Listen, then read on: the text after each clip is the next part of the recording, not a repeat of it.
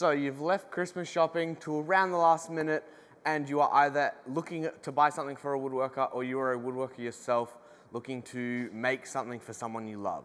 Now this video is going to go over gifts that are under that $100 AUD range, or if you're a woodworker you can choose a little bit more on that price range as you are choosing the quality of the material that you're making with. Welcome to or welcome back to my channel. I'm Jake and this is Albie. Quick qualification check. I've been furniture making for 10 years, fine furniture making for at least 5, and being a wood turner for at least 5 as well. So I kind of understand what I'm talking about when I'm talking about good gifts as tools, education, or just things that they might need, as well as giving quick little gifts, and I'll give a time frame for what those gifts would take me to make personally. Now these all change versus on how skilled and qualified you are as a maker, but let's get right into it now. So starting off, we're gonna go with if you are buying something for your woodworker.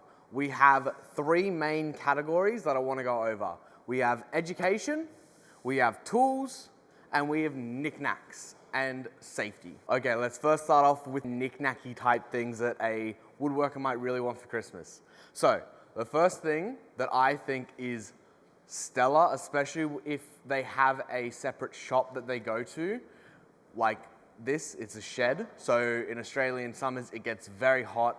I'm currently on the 1st floor. The 2nd floor gets even hotter. So getting a little battery fan or plug-in fan like these are super handy. This one in specific, I can clip to things, flip it around, and it has 2 different power modes and runs off the Ryobi 4-volt batteries. So that's really handy. So little battery powered knickknacks like that. Even a lot of the Ryobi 4-volt range, if they're more of a tinkerer or hobbyist, really look into those. I know their glue gun for Australian markets is really cool as well. Okay, let's move on to a bit more of the fun stuff. And this is probably more where your woodworker is gonna want something from it. It's the tool section. So you can get things like these. They're called glue bots. There's a lot of different brands. This one's a GlueMate 400, 450 from Miles Craft. You can get them online, Amazon, pretty good. It makes it really easy to glue stuff. The thing I would really warn people from doing is if you are going to buy a tool, if you're going to buy something like a saw or a hand plane or a set of chisels, is really understand what that person wants and needs. Now, you can get a set of chisels for under $100 from Bunnings, but that might not necessarily be the best quality steel. It might not necessarily be what they want. So maybe even saving up that money and spending it on one chisel. That's what a really good chisel can cost, even more than that in a lot of cases. So understanding that when you are buying really expensive hand tools, that's something to really consider. But there are some hand tools that you can get that are on the cheaper side but still work really well, and any workshop can always have more of these things. These are things like saws. Personally, this is one of my favorite saws. I've been needing to replace this blade for ages and I just haven't gotten around to it. It's because it folds up really compactly. It's a pull saw and I just love how a pull saw functions over a Western push saw. If he's really into hand tool work and he has a custom bench kind of like this, getting something like bench hooks is something really cool for them that they might not necessarily buy, but you can never have too many. And one of the last categories that I will mention for hand tools or any type of tool that you might want to get is marking tools. So you have things like combo squares, compasses, marking gauges. These are all things that, depending on your woodworker, they might really like this stuff, they might not, they might be a fully hand tool person, and that then changes what you're getting them. So let's move on to my favorite section, which is education/knowledge. Okay, so again, the knowledge and the education side really comes down to the person you're buying for. So if someone's really into turning, getting them a box book and how to make boxes probably isn't the best idea. But if they're really into making things with only joinery, getting them something like a joinery book that shows them all the different types of joinery, how it's done, and the measurements and math that they'll need is probably worth it. Then they can look at different diagrams about the marking out of the joint, the dimensions that the joint might need, and the common use cases for them. Then that's something that way more up their alley. Personally, this is the first book that I ever got as a present. It was a Japanese joinery book, as I love knowing how to make joints without any screws or metal fasteners required. So even in a lot of my projects, I try and stick away from metal fasteners unless they are 100% necessary. Usually attaching a table base to a tabletop is where I use stuff like that. But I'll go over a couple of the other books that I really like. I do really like this Celebrating Boxes book. It gives me some really cool ideas on the different designs that you can make, materials that are commonly made out of, and just different interesting ideas that I don't necessarily wouldn't know beforehand, like creating wooden hinges instead of metal hinges. Like I said, there was also the joinery book, but the other books that I really recommend to people are books either about a craftsman or a type of joinery, like mid-century modern, or a how-to type of book. Now, the one that I really wanted to get into was a thing called Netsuke carving. It's a small charm, basically, that is carved out of wood, bone, and other types of things. That one is really good. I recommend carving books, as also beginners can get into carving for relatively cheap and start making things relatively quickly. As well as this one, which is a book about George Nakashima. As a lot of woodworkers might know his name, a lot of non-woodworkers might not. He was basically someone that was really influential in the woodworking space, creating types of joinery and really pushing for the design of your project to be linked to the tree itself and not forcing the tree to conform to a type of shape. Okay guys, that has done it for the gift side of the video. If you're currently enjoying, drop a like on the video and hopefully subscribe if you want to come back and see more on the regular, as that does really help out my channel. But let's move on to the woodworkers making side of it. Well, I will tell you my 5 top items that I recommend you making for Christmas when you're a little bit low on time. Okay, so I don't necessarily have all the items here in front of me today, but I will go over 5 of the items that I really like making for friends, families, spouses, and anyone that you want to give a wooden item to that you want to make them something. First off, I really like these display cases. I think they're really cool, especially if you can reclaim some picture frames, as they are very easy to make.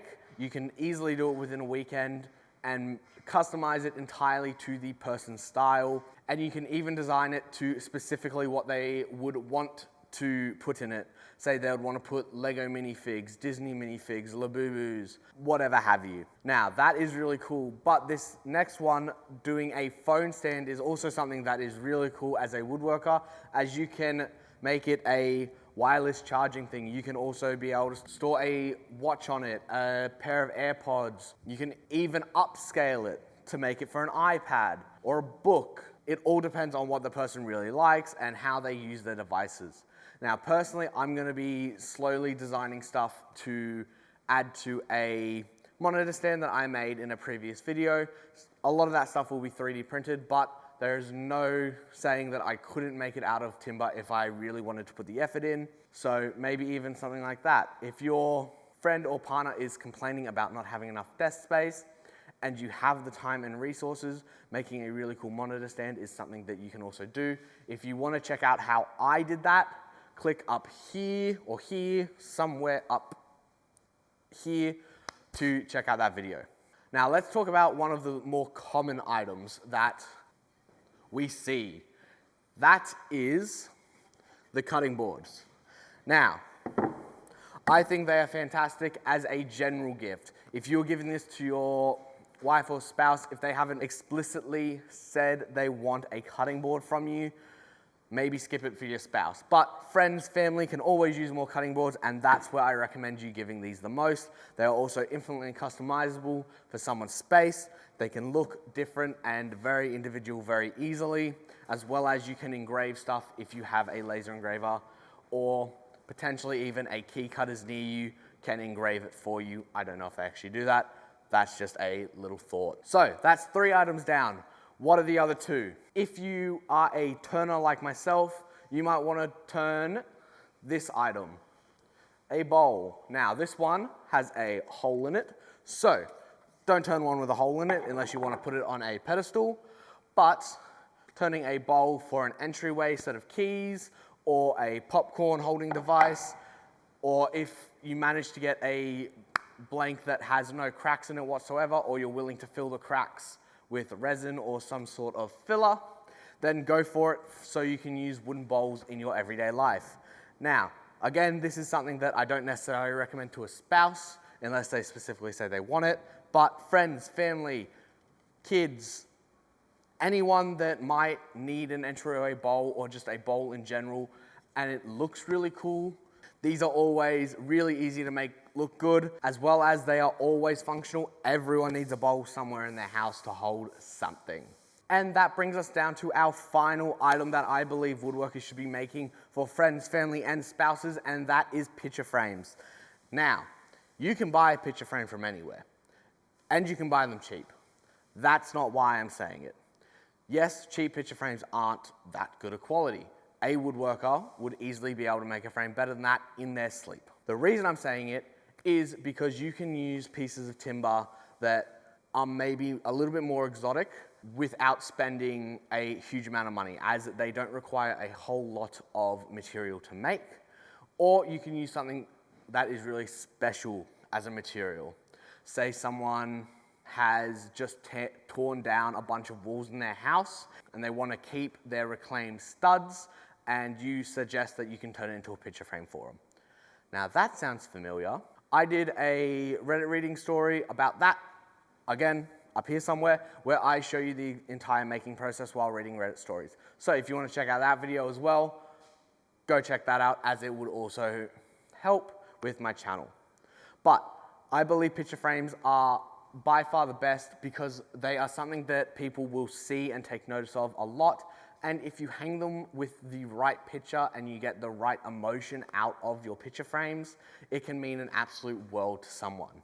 And hey, maybe even someday, someone might turn one of your picture frames into a blind box to give to someone else to give it another life. That brings me to the end of this video where I talk about some gifts that you might want to get a woodworker, or if you're a woodworker yourself, that you can make for people a little bit closer to Christmas, where you might not necessarily have a whole lot of time to be making something. I really hope you guys enjoyed. Me and Albie enjoyed having your presence, and we'll catch you in the next one. See ya.